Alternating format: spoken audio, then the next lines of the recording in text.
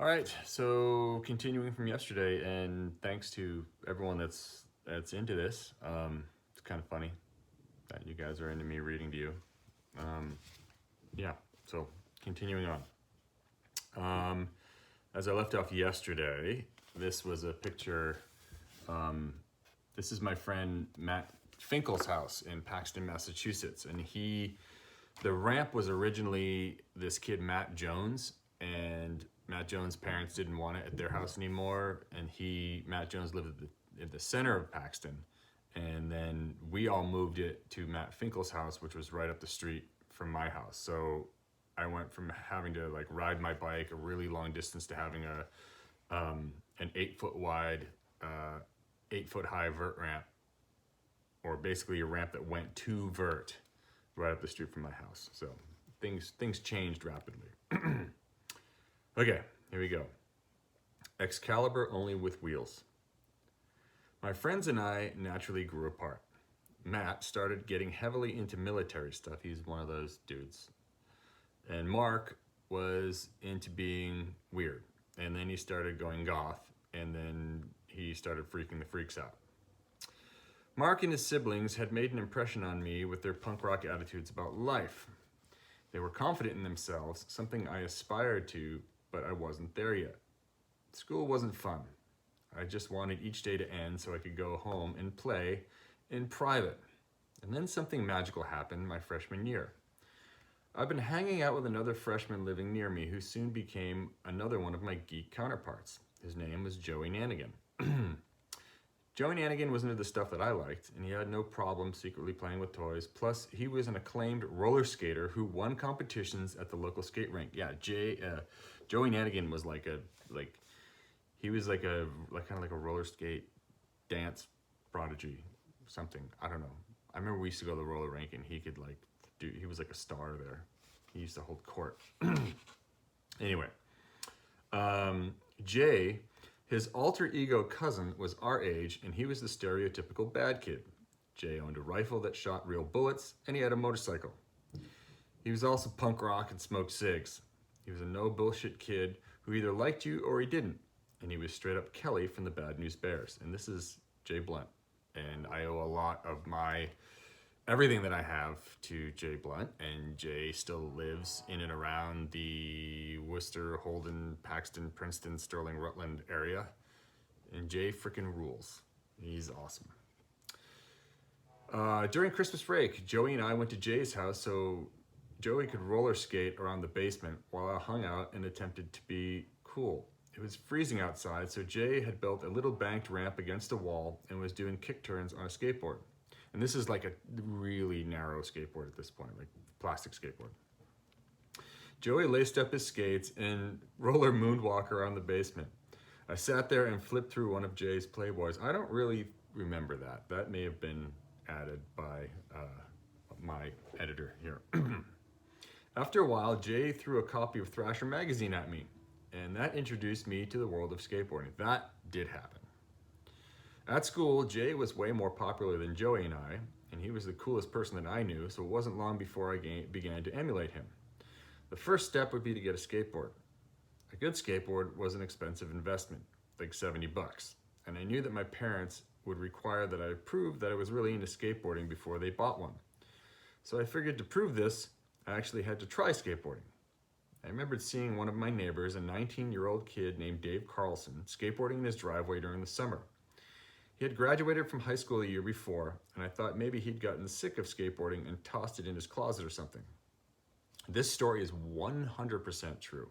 This is the craziest twist of fate ever, and I still can't really figure out how this even happened.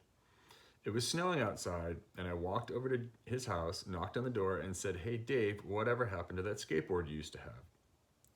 "I threw it away," he answered, and my heart sank. And then he said, "It's in one of the wood piles." And the Carlson family were famous for the wood piles they kept in their backyard. I looked out across their property, and the piles seemed like small white mountains. This was like cut down, just deforesting of the yard, and they were just like big piles of like logs, really.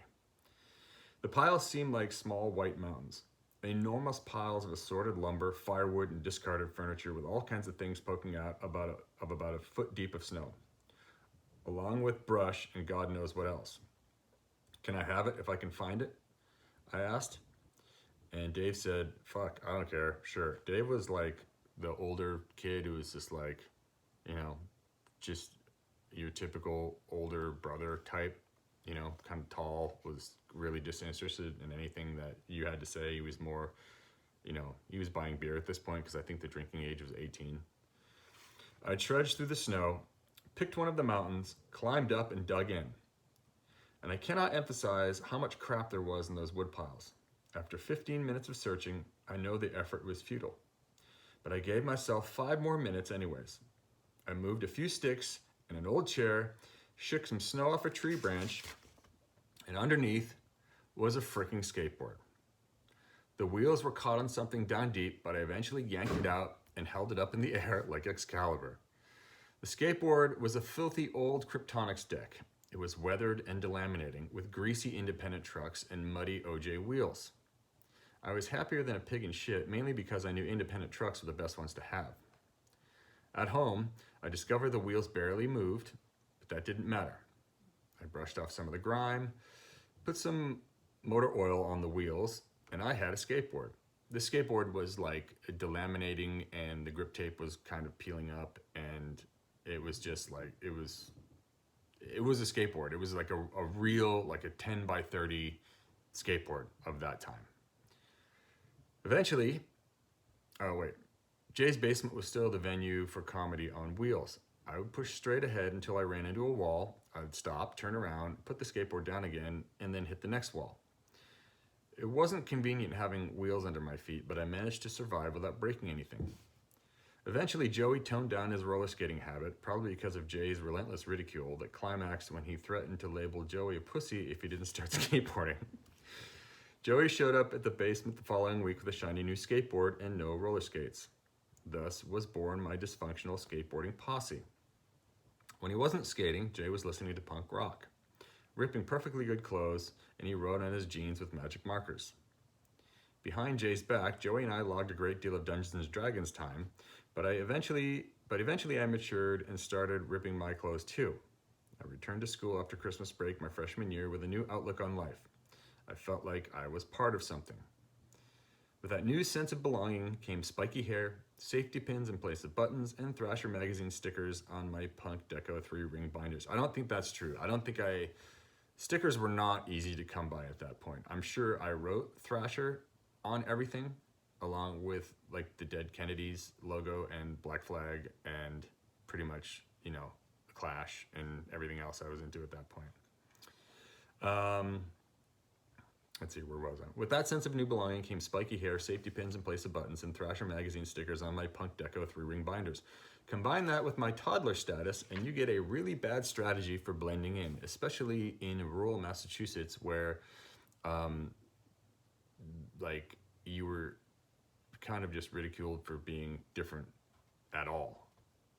Soon after I discovered the punk rock world, I began to experiment with my hair. No mohawks or anything like that, just a more subdued version of whatever Jay was running. One time Jay and I sneaked in my mom's salon and did a suicide mix with her chemicals to turn his hair purple. Mom wasn't so stoked, but she softened up the second she realized I was into doing my hair, and she was all over that. Yeah, it's like that. It was like a freaking mad scientist library in my mom's salon. It was gnarly. It was like high-end everything. Hair Unlimited became my laboratory, and my mom was my mentor. She taught me the right techniques and correct mixtures, and then she pretty much left me alone to experiment with the best chemicals available. Jay had previously bleached his hair Billy Idol white, and I waited a couple of weeks so it didn't seem like I was copying him, and I gave myself about 25 applications of bleach, and that's how many it took to fry my dark brown hair to an appropriate shade of nuclear white. This didn't happen in high school. This isn't accurate.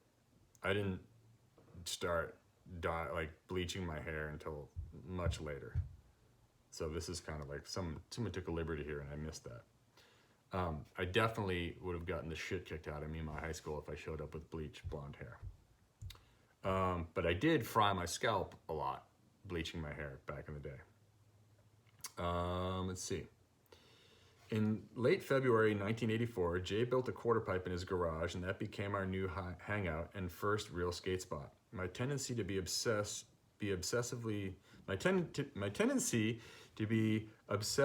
fueled my skateboarding progression. And soon I was skating at full speed towards the quarter pipe and riding high into the wall of the ramp. It was more like a micro quarter pipe. It wasn't like an 8-foot quarter pipe or anything. It was like a waist high quarter pipe. After a few falls, I began doing kick turns just like Jay and riding back down into the garage without hurting myself. When Joey and I both mastered this simple trick, we thought we were pretty cool. We memorized Thrasher magazine cover to cover and considered ourselves a tiny extension of the glamorous world of professional skateboarding portrayed in those pages. Being the default king of the dipshits, Jay knew a lot of older skaters and introduced us to a whole new scene. Tom Twista Putnam was a local hero who had a half pipe in his backyard. Twista is the shit. This is pretty major turning point too in my life. He had graduated high school and by all accounts was the coolest person in Paxton, according to me. Skateboarders in the Worcester area all gauged themselves against Twista. In addition to his skills, he was connected and he knew all the East Coast heavies. Metal Man, Fred Smith, Sean McLean, Jeff Thompson, and Jake Phelps. The Jake Phelps. How could there be any other Jake Phelps?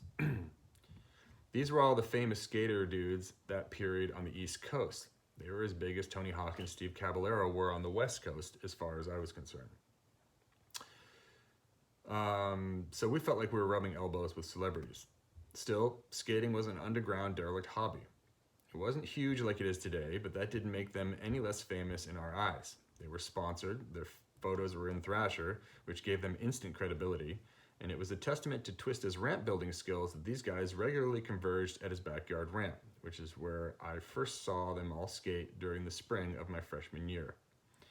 We showed up at Twista's one afternoon and we were in awe of the skills we witnessed. Actually, it was a contest. There was a contest at Twista's house. There was like a East Coast something series, and like it was gnarly. I think Twista's ramp was 16 feet wide, like 8.5 foot trannies, a foot of vert with a channel. We'd never seen anything that big before. It was pretty insane. We showed up at Twista's one afternoon and we were in awe of the skills we witnessed. Even Jay was out of his league. He could talk the talk, but he waited until the ramp was empty to hop on and start pumping the walls, throwing in the kick turns every once in a while. I'd waited till everyone had got home, even Jay and Joey, and then I skated the ramp and just did some fakies, and Twista had gone inside. I started in the flat bottom of the ramp and pumped back and forth to get going on the walls. Going back and forth on that ramp for the first time felt like I was flying. I didn't want to stop. Although the older skaters tormented us, our crew became a fixture at that ramp. Of course, Jay was the first one with balls enough to drop in from the top. It says Joey did it next. I don't think Joey ever dropped in there. I think he was over it by that point. But I was too scared. For weeks, I couldn't meet the challenge. And then to add insult to injury, everyone always laughed at my gear too. I was still skating that piece of shit board from the woodpile. That board became my crutch, my excuse, my savior, all balled into one. My parents have always been neat freaks, and my dad kept his car notoriously clean. That didn't bode well for my skateboard's future. It was disintegrating and just plain gross, leaving behind wood sludge and grease from the bearings everywhere it went. I insisted on hauling it everywhere with me, and I practiced in the parking lot if my mom went to the grocery store, and at the ice rink where my dad would drive me to go play, when he would go and play hockey on the weekends. Eventually, I talked my parents into buying me a new skateboard. I'd proved that skateboarding wasn't just a temporary thing, and truth be told, my dad couldn't stomach me having a filthy board in his car anymore, not even in the trunk. By this point, I was pretty well tied into my group of friends, so any time my parents could actually get me to grace them with my presence for more than a couple hours was cause for celebration. It was like a family vacation when the three of us drove down to Beacon Hill Skates in Boston for the big purchase. I had memorized a list of exactly what I wanted: Kryptonics deck with OJ wheels and independent trucks. And we walked up to the counter and my mom said to me, "Tell the man what you want."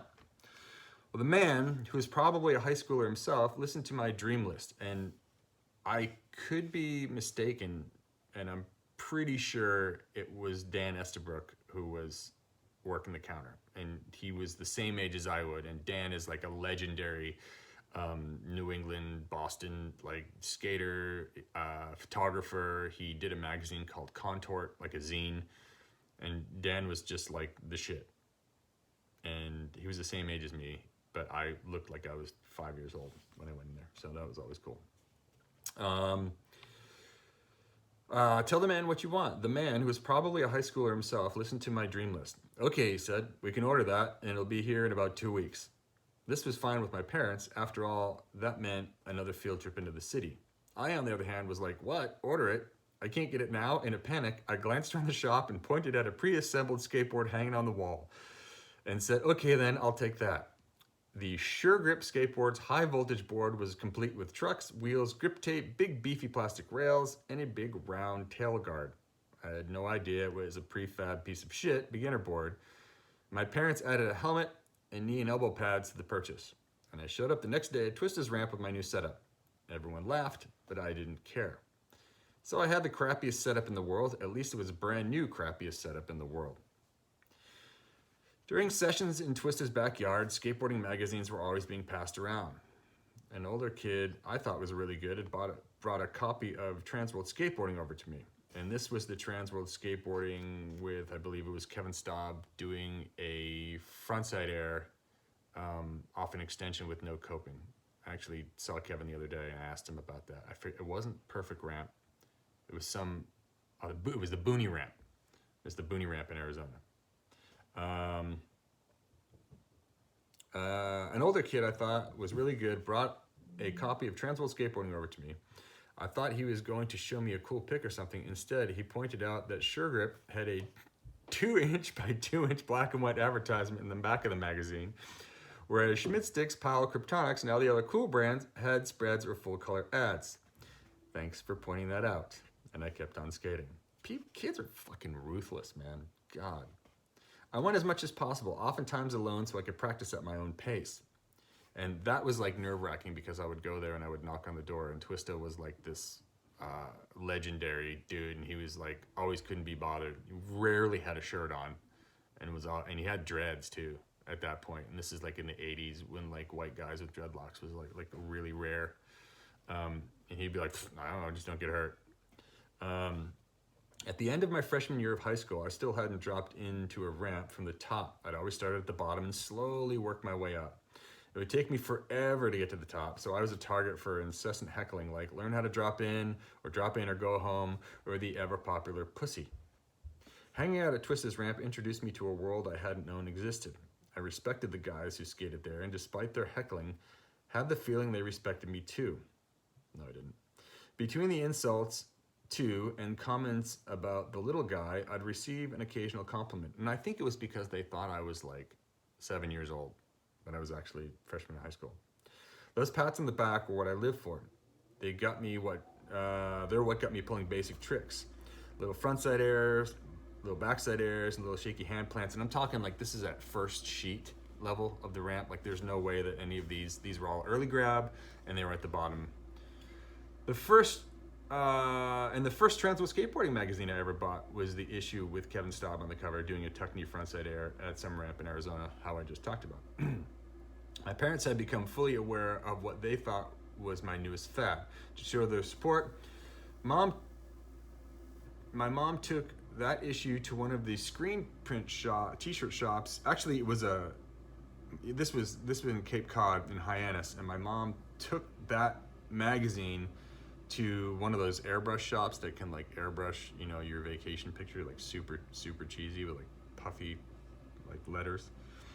And she had the guy airbrush the cover onto a t-shirt with the words Transworld Skateboarder stenciled underneath, which was just beat. And I was like, Mom, but I wore it anyway. Hell yeah, I wore that shirt. I wore that shirt all the time. Early in the summer of 1984, the end of my freshman year, Twista put together a contest in his backyard. Jay and I and like all of our bros showed up at Twista's house, and there was cars parked everywhere with license plates as far away as New York and New Jersey. Okay, this is the contest. Yeah, this is the contest. Walking into the scene, we hooked up with Rob Levine, who was also 14 or 15 and a guy I had known forever. I went to high school with Rob in Paxton since I was little. Rob was a diplomat. His friendships crossed all different borders. He was a athlete, hung out with the jocks, but he was also a good skateboarder who slummed it with us. He was a walking contradiction in that he looked like there's a picture of me. That's in front of my aunt's house, and I'm ollieing over some skateboards. Okay, that's much later though. I think there's no way that's my junior year. No way that's my junior year. I think that's more like after I graduated high school. Weird. Anyway, he was a walking contradiction that looked like a conservative East Coast prep but carried a skateboard. He kept an open mind and had a vision of things to come, as I would soon learn.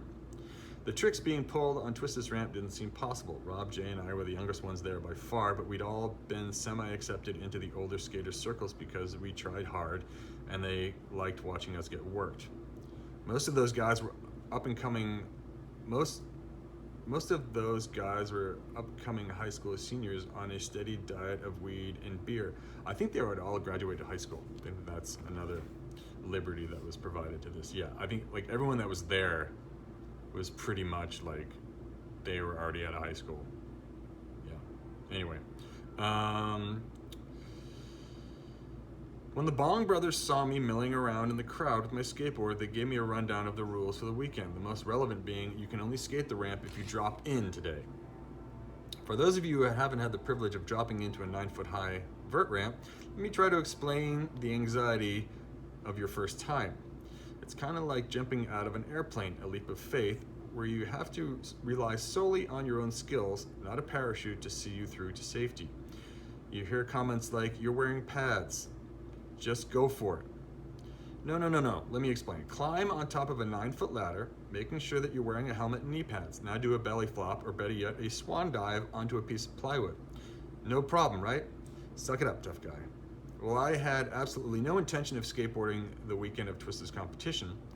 Then I saw her in the crowd. This is completely made up. Then I saw her in the crowd, the cute red-haired girl from school, which I had a crush on all year but never talked to. In fact, a lot of chicks had shown up for this backyard skate party, mostly girls, who were just sick of their jock boyfriends and wanted to rebel by hanging out with derelict skateboarders. This is complete horseshit, by the way. That never happened. I locked my tractor beam on her and got close, really close, danger close. She locked eyes with me and I had a momentary 14-year-old fantasy, me impressing her with my skateboarding skills and her saying want to make out. Back in reality, she glanced down at my Sure Grip high voltage board and smiled. The horror, now I had to deliver. That never happened. What happened next was a pheromone-induced bout of insanity. Okay, so this is going to describe the first time that I was at Twisted's house, and it was actually, I'm not sure if it was actually during that contest or not, but they had convinced me that, they wouldn't let me fakie up from the bottom anymore. Jake Phelps was actually there at this session, and they were like, "You need to roll in," but it wasn't like roll in off the coping. It was like there was a roll in the middle of the ramp, like the channel. So they're like, if you're not going to drop in, you're at least going to learn how to roll in. So let's see. What happened next was a pheromone-induced bout of insanity. It was like one of those near-death experiences in which you see yourself lying on the operating table before the doctors bring you back to life. Only it wasn't on an operating table. I was watching myself climb the ladder to the top of the vert ramp. I adjusted my pads, tightened the strap on my helmet, and with completely unprecedented confidence set my skateboard tail down on the coping just like I'd watched all those good skaters do 1,000 times. With a single glance to make sure the girl was watching, I leaned forward and nearly killed myself. Okay, so I didn't drop in tail drop.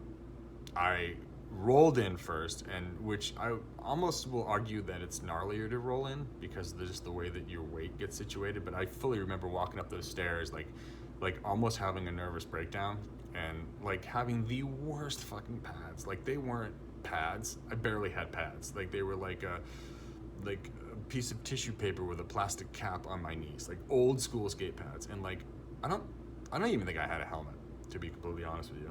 And I just lean forward, like they're just like lean forward, like bend your knees and lean forward. And yeah, so here we go. Not really understanding the process, I leaned too far forward over my board and free fell to the bottom of the ramp. I think I got a concussion. Everyone laughed and I was crushed, but I was also pissed. And I made a pact with myself then that I wasn't going to get picked on anymore. I was determined to be better than all of them, and that was the first time I'd ever put my mind to anything.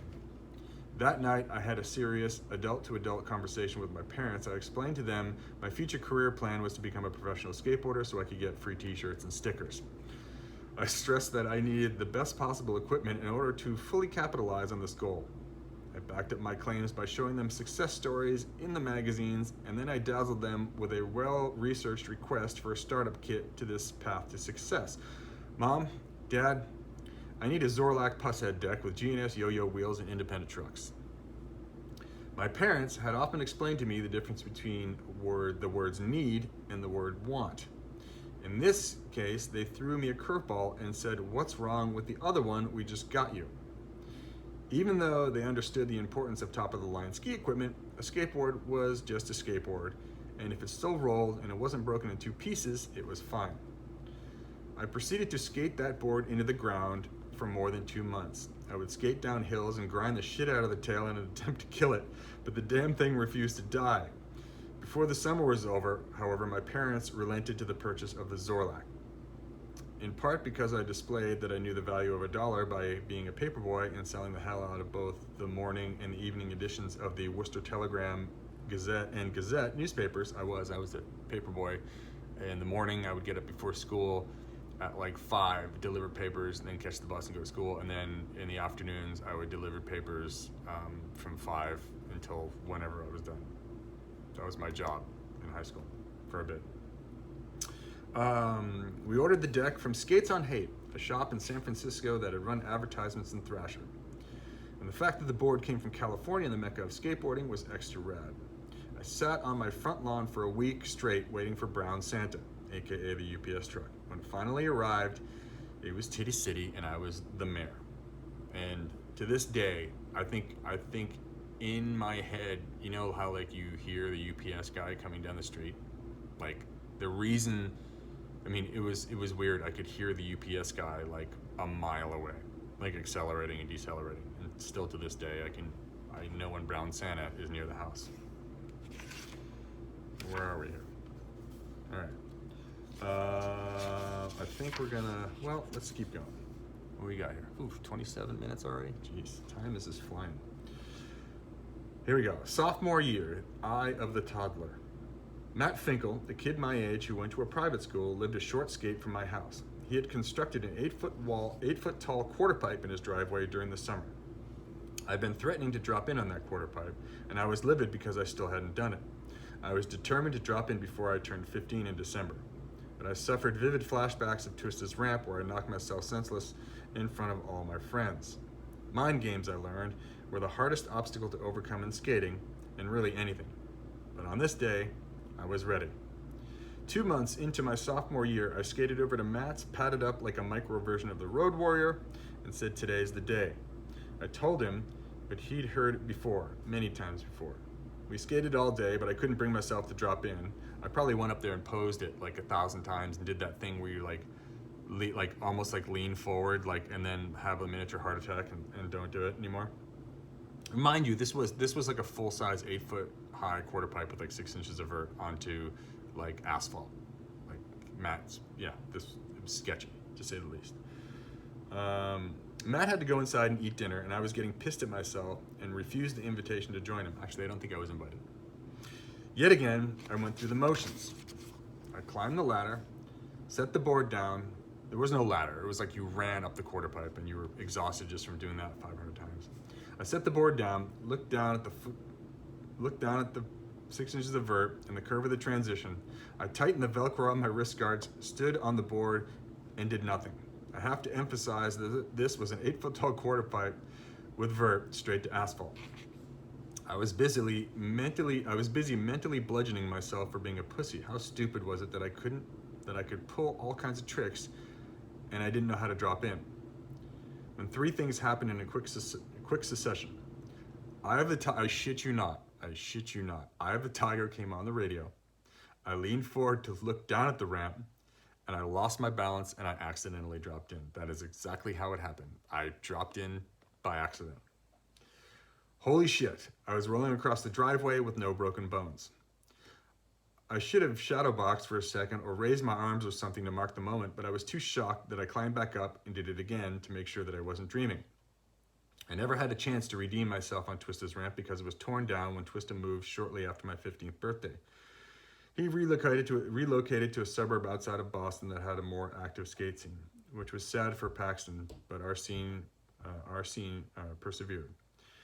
Breaking that mental barrier of dropping into a vert ramp was the turning point for learning more and more tricks. It coincided with the beginning of the golden age of vert ramps in and around Paxton. A junior in my school named Matt Jones, actually Matt didn't go to my school, but he was a junior at my school named Matt Jones built an 8-foot wide, 8-foot tall vert ramp in his backyard in the center of Paxton.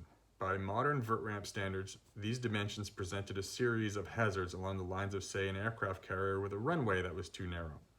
There was no margin for error, which was typical for East Coast ramps. 12 feet of width would have been a luxury. Compared to Twista's place, the Jones ramp was a much friendlier environment. We all sucked, so we could go there and be a suck unit together. But it was the first real ramp I ever dropped in on. To get there, I had to skate 7 miles uphill on Route 122, a major thoroughfare through Paxton. Sometimes I'd get a note from my parents so I could take a different school bus home and get dropped off in the center of town. But regardless of how I got there, I always had to get home, and that meant braving the hill. There was a big hill that went back down to my house.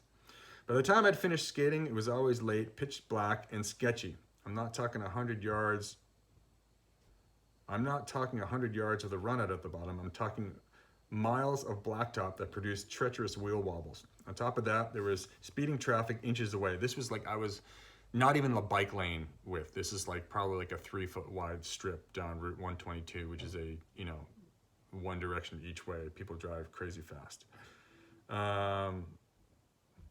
On top of that, there was speeding traffic inches away. I'd use the vehicle's headlights to see where I was going. Full-size Ford and Chevy trucks would swerve like they were pretending to hit me, while half-empty Budweiser grenades flew out the window. I'd hang on and pray that it didn't hit a rock. Miraculously, the only time I did have to bail, I timed it between wolf packs of traffic and ran it out across the highway without getting nailed. Matt Jones' parents eventually got sick of having 300 kids at their house every day and scheduled the ramp for execution. Word of injustice spread. Here's a picture. Here's picture time. This is a Tuckney invert at my friend Paul's ramp in Cotuit, Mass. Paul was he was an electrician at a very young age and had a whole bunch of extra money laying around because what do you do at 18 years old making, $12 an hour as an electrician back in the 80s? You build a steel vert ramp that is 24 feet wide, and that ramp was freaking amazing. So I don't know who took that picture, but yeah, anyway, I always liked inverts, still like inverts. Okay, so Matt Jones, tearing the ramp down. I'm gonna be over with this. Where was I? Okay, so word of the injustice spread, and skaters milled about like hapless town folk, hoping for a miracle. The day came, and the adults darned hockey masks and sawed the ramp into 3 pieces with chainsaws. Why would they don hockey masks? That's weird. Then, just as they were about to turn the 3 pieces into firewood, a flatbed truck rolled up and Matt Finkel's parents saved the day. The Finkels lived far enough from the center of town that they probably figured that the vermin wouldn't brave the hill to get to their place. They were cool enough and sacrificed a bit of their yard for a while, just like the Joneses had, thus giving the structure a new lease on life, and all the skaters lived happily ever after. Especially me, since I practically lived next door to the Finkels. The ramp was reassembled and life was good. I was a sophomore in high school and skateboarding was my life. I had a few friends who were obsessed with it like I was, but most of them also played team sports. So I ended up skating that ramp a lot, and usually alone, especially when Matt Finkel started losing interest. After school, every weekend, I logged for hours and hours and hours on that ramp. A small boombox cranking out some kind of punk rock music. And I loved to skate by myself so I could get new tricks wired and then unveil them for my friends. And I loved hearing, holy shit, when did you learn that? And that'll do it for tonight, folks. Another 34 minutes of reading time. So we got a lot to go through here. It's a big book. So, I don't know how long this lockdown is going to last for, but I'm here for you. tomorrow, my first and only fight. See you tomorrow.